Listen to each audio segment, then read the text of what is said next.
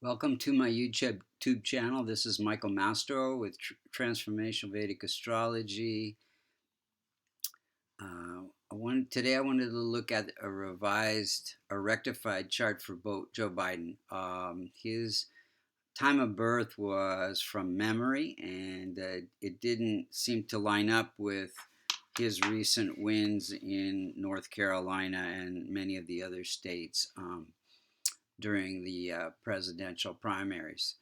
So this is, instead of being 8:30 a.m., it'd be 7:30 a.m. And if you look to the eastern horizon, instead of Scorpio rising, which is the 8:30 time, uh, Libra would be rising at 28 degrees. So 28 degrees becomes the most effective point of every house. Any planet that's within 5 degrees, like Jupiter, um, would have some impact, and Mercury for sure, and Mercury is malefic for him.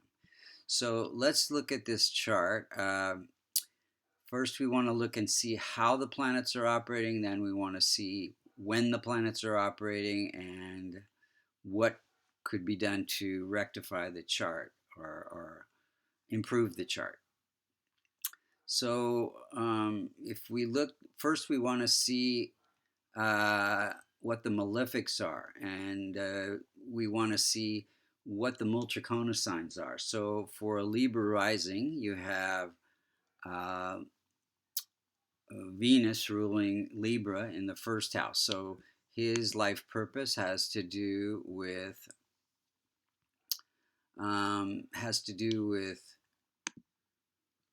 likability, and then you have Sagittarius ruled by Jupiter in the third house, which has to do with business and communications and law. He's a lawyer.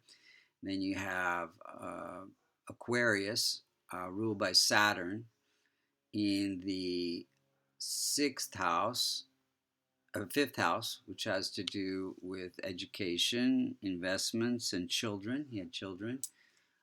Focus on children. He actually rode the train home every night to be with his kids during his long career in politics.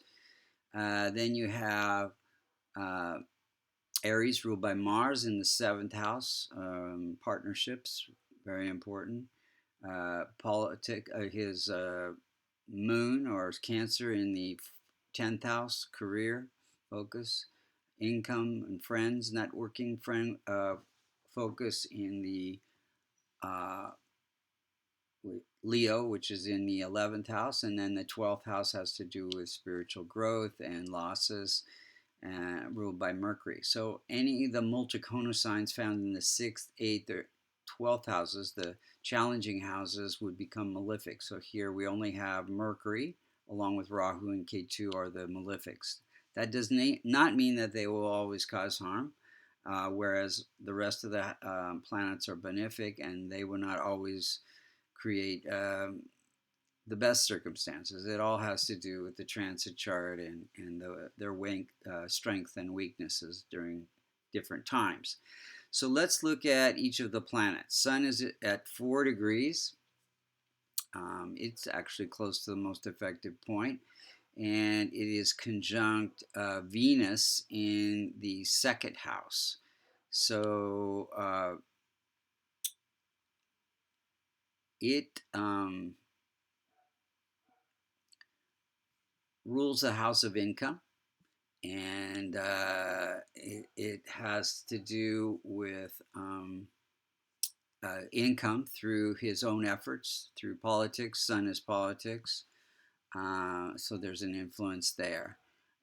Moon is at 7 degrees. It's afflicted by Rahu, and at the exact degree. So Moon is giving career through relationships, rules the house of career through working with the public service, and because it's afflicted by Rahu, it can cause some unexpected events with partnerships. He lost his wife. Moon represents lungs, so asthma, and some unexpected events with foreign policy, diplomacy, and policy, and his son um, getting paid to be on a board of the Ukraine uh, power company caused some stress there. Mars is ruling the house of partnerships, placed in the first house. So, first house has to do with politics. So, giving partnerships in service. Mercury's at 28, and then he was in the military. So let's see. Mercury's at 28 degrees. It's a malefic planet, and it's right on the most effective point. So it afflicts the relationships, loss of wife, communication. He stuttered, and it's also representing lungs. So he had asthma as a child, and and it afflicts his health. So he had, I think, a brain tumor or something like that. This is also the head. So then Jupiter is at 2 degrees, again, fairly close to the MEP, and it is most effective point, which is the rising sign degree, and it brings, it rules the house of business, communications, entrepreneurial success. So it gives success through law. He's a lawyer, politics. It's in this house of career, which has to do with father politics, and gives him networking abilities, persuasive speech. That's again being ruling the house of communications. It's weak. Any planet that's less than 5 degrees or more than 25 is said to be in young or old, can't protect or promote its own signification. So it could be a lot stronger, and that would be better for him. Venus is at 5 degrees, and again, it's conjunct to Sun, so it gives persuasive personality. Gives him connects him with a powerful wife. Then Saturn is ruling the house of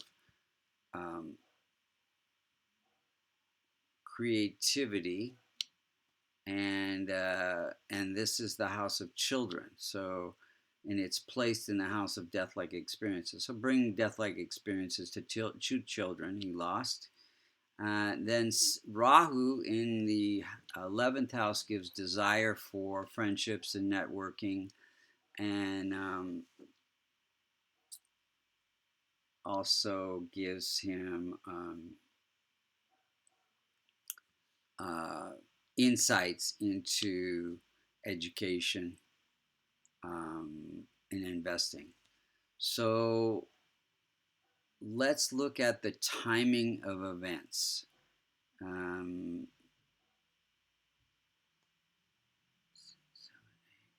Rahu, is afflicting Moon again, which had to do with career, kind of affects career, and then like that. Okay, so let's look at the timing of that. So major event in December of 72, his wife and daughter died in a car accident. That was during a Moon-Mars period. Mars can represent accidents and loss of partner. Mars ruling the house of partner. And then Rahu was afflicting Jupiter. Let's look at the transits for that. So the outer circle is the transiting planets where they were that day, and the inner circle is the birth chart, the natal chart. So you can see Rahu is afflicting Jupiter, Jupiter representing children. And then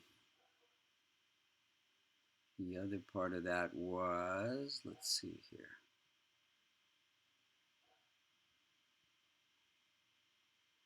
And Mercury, which is his malefic end of life, is afflicting Mars.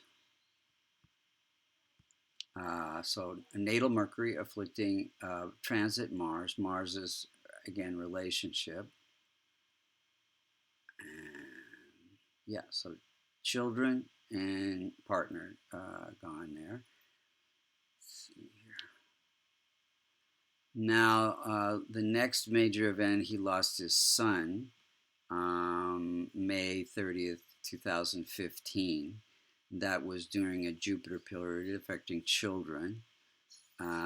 Rahu afflicts Mercury, and natal Saturn afflicts,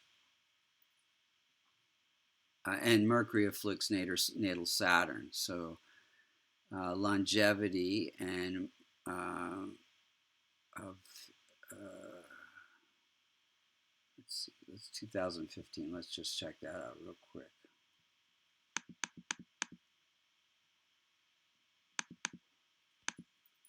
That would be May 30th.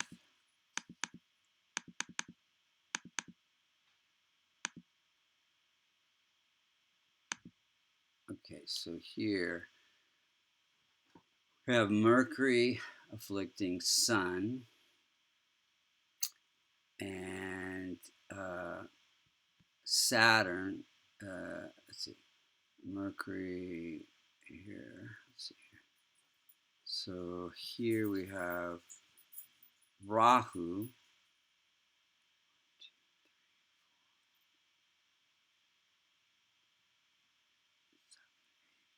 Okay, K2. Let's see here. Afflicting Mars, which is loss of a relationship. And then let's see, Rahu afflicting Mercury, Mercury afflicting Sun. So quite a bit going on there. And Saturn. So Saturn is children. So Mercury afflicts natal Saturn, which is children. So then let's look at how he might fare in the election November 4th. On November 4th, transit Jupiter and transit Saturn in the 4th house are aspecting Jupiter in the 10th house, giving some boost there to his career.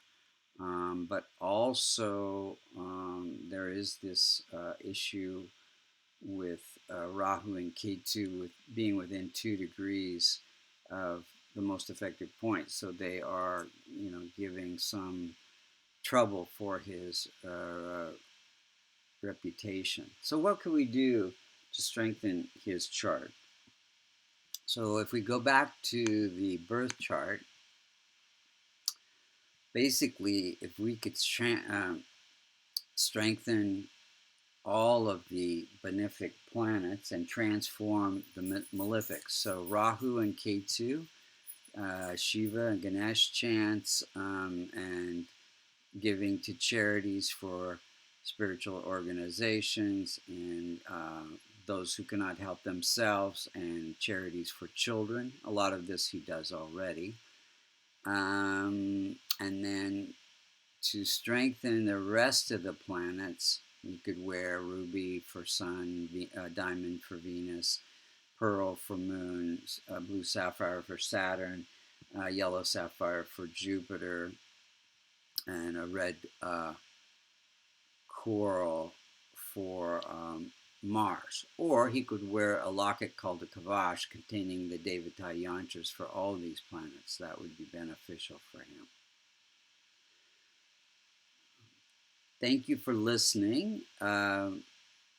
We wish him good health and success in his endeavors. Again, Michael Mastro with Vastu Creations. If you're interested in a reading, you can go to vastucreations.com. If you're interested in learning Transformation Vedic Astrology, you can go to American Institute of Vastu, and learn astrology. This very simple, direct, easy to learn method that's very accurate. Again, we're using sidereal zodiac, not tropical zodiac, which is much more accurate than the Western astrology. Thank you again for listening.